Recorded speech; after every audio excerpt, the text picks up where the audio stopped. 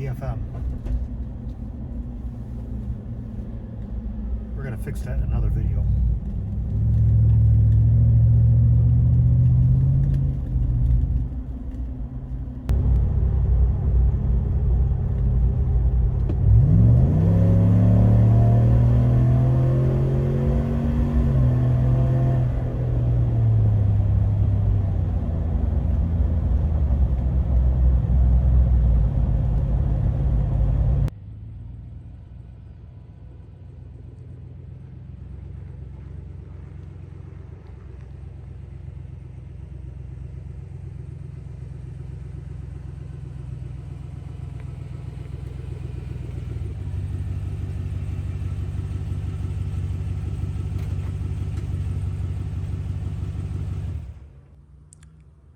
All right, guys, if you couldn't tell from the title of the video, we have a K&N cold air intake, and we're putting on a new Trail Boss.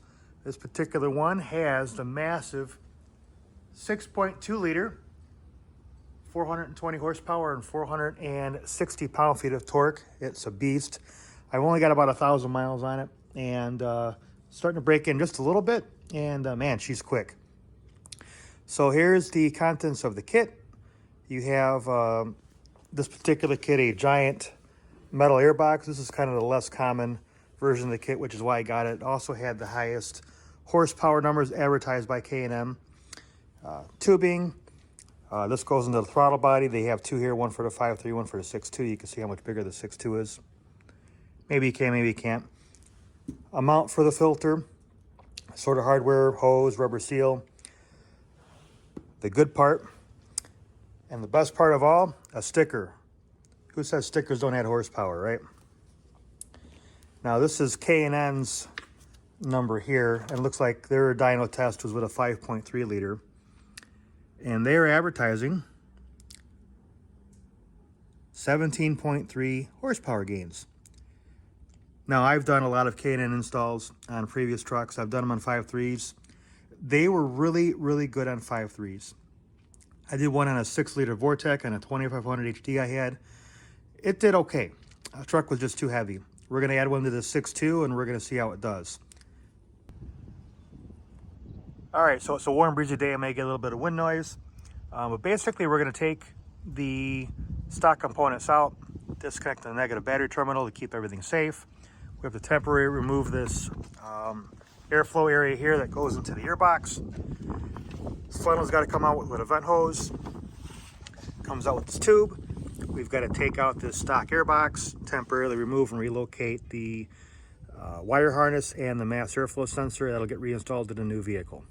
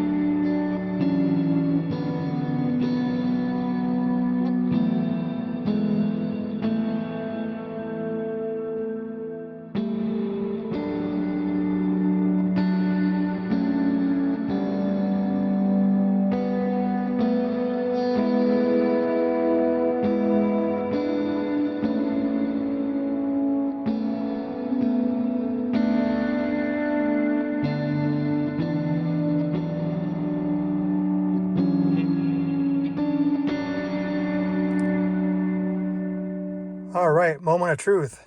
Had a little unexpected rain shower as I was finishing things up, but so be it. Let's see if she fires and see if she get any codes.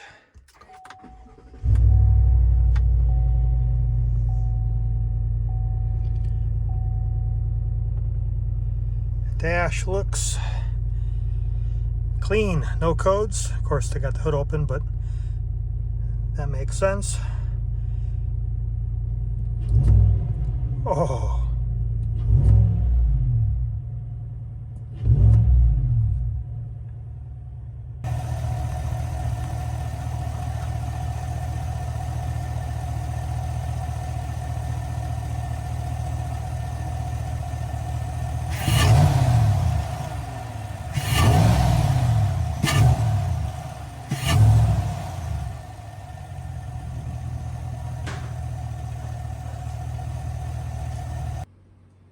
So this is what we took out of the truck. Big ass flannel, which I can't believe GM's still using, but this is what they use. If you get a Z71 package and you hear the high capacity air filter, you know, kind of their big, not a big, but a thing that they advertise, it's just this. It's their filter, which looks like a Fram air filter, to be honest with you. But okay, Fram makes a good filter with this kind of whatever this material is. It's pretty soft on top of it, and honestly, I wonder if this actually hurts the airflow a little bit because it's soft, but I'm sure it's a little more restrictive than just you know, the paper. But anyway, there's your high capacity airflow filter. Of course, the rest of the air box, the vent. Got to add me a sticker because, you know, the horsepower is all in the sticker, right? A couple of leftover things. I got an extra clamp because the clamp came with the actual filter. This is the piece that would go over the throttle body if you had a 5.3. Of course, it's a 6.2, so they give you both. A couple of extra washers, and I kind of missed whatever the zip tie was for, but it wasn't needed. The instructions, which it was pretty windy out, so I think they blew away on me. I have to go get those. The instructions were okay. There was some that were parts of the instructions that were just fine. I've done a few of these in the past, not a big deal. A couple of parts of the instructions I really had to look at hard and try to figure out what it is they were trying to say. So there's plenty of videos like this one out there. Go ahead and check out mine. Of course, you're watching this, but check out a few other ones because you know, some of the instruction there is pretty good. The other thing is these couple of these little tabs actually broke on me when I took them off, so I'll have to get a couple of replacements. So something to keep in mind, be real careful you take these off. I used the trim tool and it's still, I put a couple of busted ones. Here's kind of the final shot of what she looks like. Sorry if I got a little bit of wind noise. It's still winter, and if you couldn't tell at the end of the speed run, I had a little rain there. There's that big ass filter, mass airflow sensor, new air tube, new vent tube. Looking good.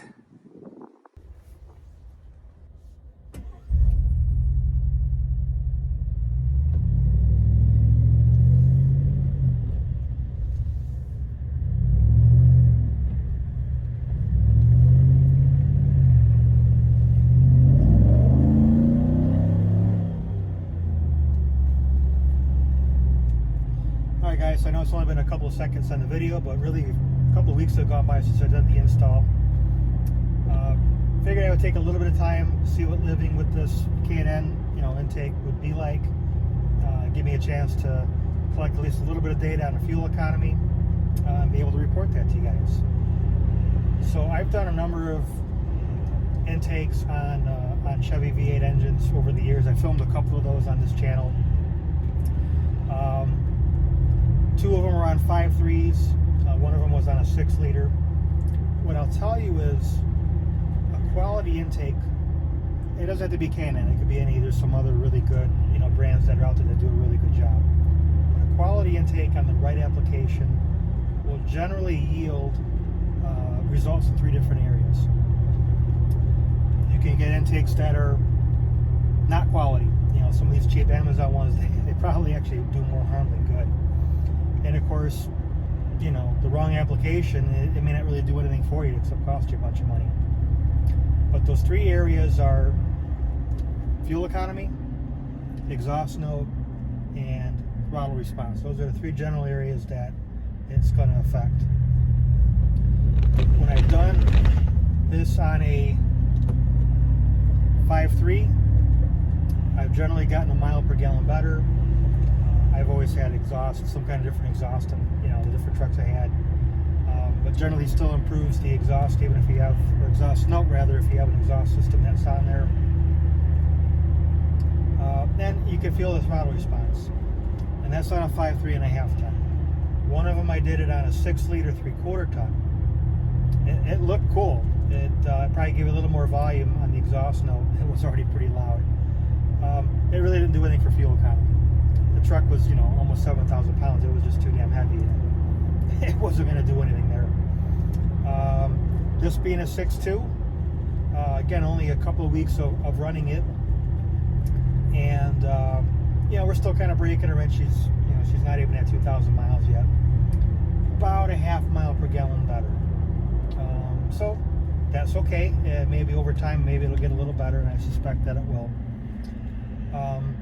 Right now, at the time of making this video, gas prices are very, very high. Filling up this truck is very expensive. I'll take a half mile per gallon. As far as the exhaust note, you guys are hearing me drive. If you listen to the before video, before I did the intake, it sounds about the same. 1,000, 2,000 RPMs, about the same. You get towards that 3,000 RPM mark, you can really hear the intake open up. It sounds phenomenal. And so I'll do kind of a gentle, I got an area to pass here, kind of a gentle, then I'll get into it as soon as this car passes me.